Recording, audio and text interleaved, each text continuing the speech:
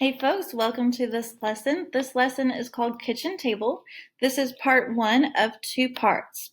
So in this lesson, we are going to read a poem called Kitchen Table, and we're going to analyze it and begin brainstorming how we can write our own poems in a similar fashion. The objective is for us to notice how memories can be attached to items, and we can use those memories to paint stories or paint a picture of someone's life. And we're also going to write our own. So the steps in this lesson as a whole will be to read the poem. We will interpret it. We're going to brainstorm our own poems. And then tomorrow when you come back for part two, we're going to write our own poems and then edit and revise our poems. Here is the text of the poem itself.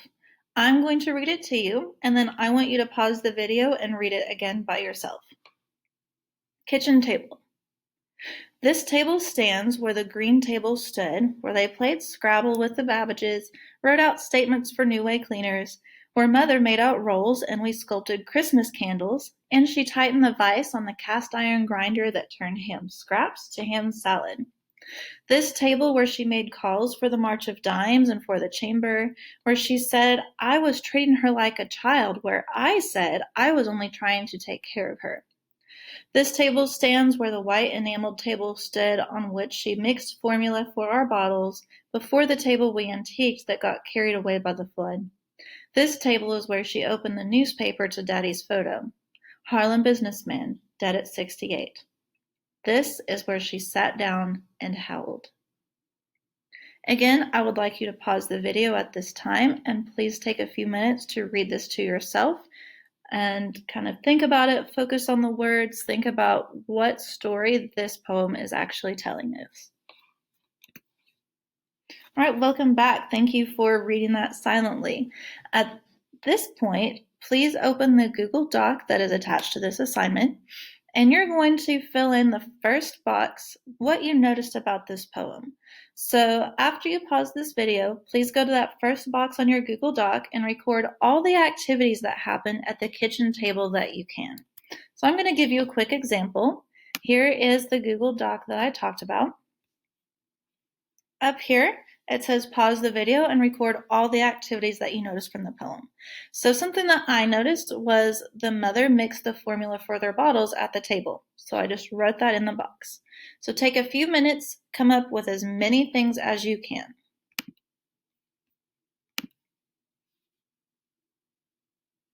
Welcome back. Thank you for pausing the video and doing that. We're going to continue on with our lesson.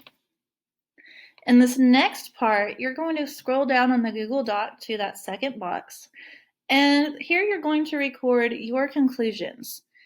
I know that the title of the table, or title of the poem, is Kitchen Table, and the word table is used several times. It even mentions several different tables that the family used.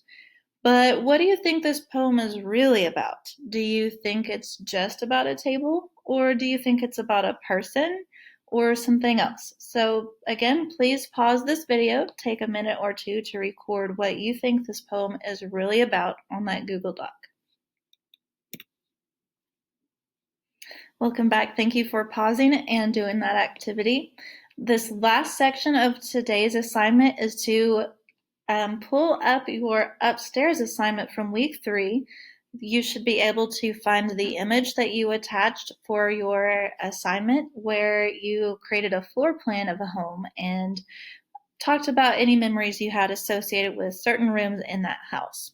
So look at those memories that you put on your assignment from upstairs. Think about one specific place in your home where you have a lot of memories. You could also narrow it down to a particular item, just like in the poem we just read. Please use your Google Doc to make a list of those memories. Before you pause this video, please take a look at this teacher model. You are free to also use the same piece of furniture or the same room, but please do not copy my memories because this is from my experience. You are a different person, so your experience is different. So here's mine. It says living room couch. On the living room couch, I watched The Big Bang Theory with my now husband when we first started dating. So that's a fond memory that I have from sitting on our couch. Also on my couch, I did my coursework for my online college classes I took as I was working towards getting certified to become a teacher. My couch is where I snuggled with my dog when she was an itty bitty little puppy, and sometimes now that she's big, she'll still come up and snuggle with me. Whenever I was sick, I like to sleep on the couch more than the bed. For some reason, I just prefer the couch when I don't feel well. When my daughter was a newborn, she had several nights where she did not want to be put down. She wanted to be held at all times. If I put her down, she screamed. And so I just sat on the couch overnight, sat up all night with her a few times, and just held her so she would be sleeping and happy so she could grow. On the couch is where I drink my morning coffee. If I do not have my morning coffee, my day is just not right. So that is where I kind of do my morning routine. Also on the couch, every Saturday night as a family, we all sit down and watch Disney movies. During quarantine, I did a lot of work from home on the couch. And then when I found out my grandpa, who I called Papa, and when I found out he passed away this last April, that's where I sat down when I got the news. So shoot for about 10. It's okay if you have a few more or a few less, but try not to have fewer than 8. 10 is a great goal to shoot for. You can talk about bad memories if you feel comfortable, but this assignment is not asking you to bring up bad memories. So if that's something you're not comfortable sharing, you can stick with good memories or neutral memories, or choose a different item that you have more good memories associated with. That concludes this video. Please make sure you turn in your Google Doc when you are finished.